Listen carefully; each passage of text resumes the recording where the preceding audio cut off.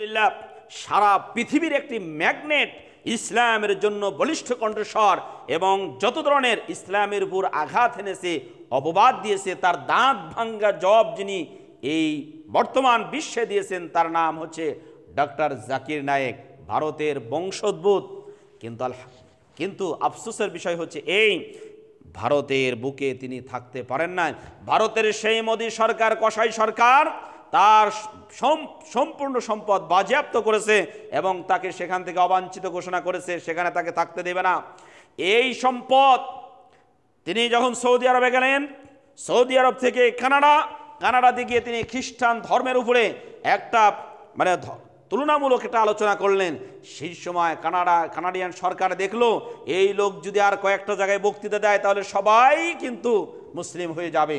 ভারতবর্ষে যখন এ ধরনের আলোচনা করলেন, তেনার দখলদারিত্ব ছিল কম্পারেটিভ রিলিজিয়ান, অর্থাৎ তুলনামূলক ধর্মতত্ত্বের উপরে তার অগাধ জ্ঞান ছিল।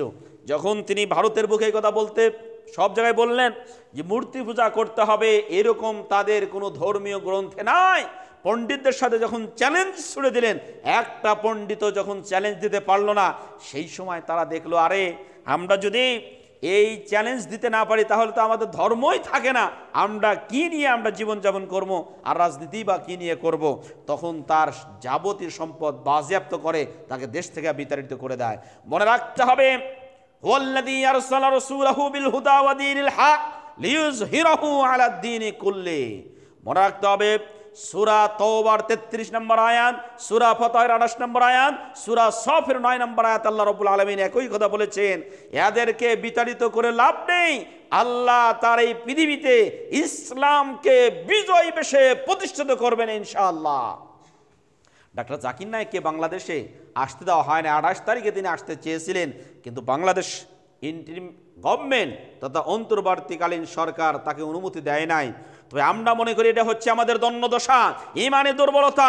কারণ বাংলার এই জমিনে ডক্টর জাকির নায়েক আসলে লক্ষ লক্ষ যুবক ইমানের চেতনায় উদ্বুদ্ধ হয়ে মদ, জুয়া, ফেন্সিডিল সব কিছু ছেড়ে সৎ পথে তারা জীবনযাপন করত। এইটাকে তারা করতে দেয় নাই, কারণ হচ্ছে যারা অন্তর্বর্তীকালীন সরকারে আছে এরাও তো ইসলামের পক্ষে নয়। তবে এখানে একটা কথা তারা বলেছেন যে জাকির নায়েক আসলে যেই পরিমাণ সিকিউরিটির প্রয়োজন, নিরাপত্তার প্রয়োজন, সেই পরিমাণ নিরাপত্তা এখন বাংলাদেশে দেওয়াটা বড়ই কঠিন। এটাও ঠিক আছে। তবে বাংলাদেশের আপামর জনতা, তাওহীদ জনতা প্রত্যেকে একত্রিত হয়ে ডক্টর জাকির নায়েককে বাংলাদেশ জমিনে নিয়ে আসার জন্য জোর দাবি জানানো একান্ত ইমানি দায়িত্ব এবং কর্তব্য ছিল। কারণ উনি এসে একটা লেকচার দিলেই আমার মনে হয় আগামী দিনে যে জাতীয় সংসদ নির্বাচন হবে সেই নির্বাচনের অধিকাংশ জনমত সব কোরআনের দিকে চলে আসতো।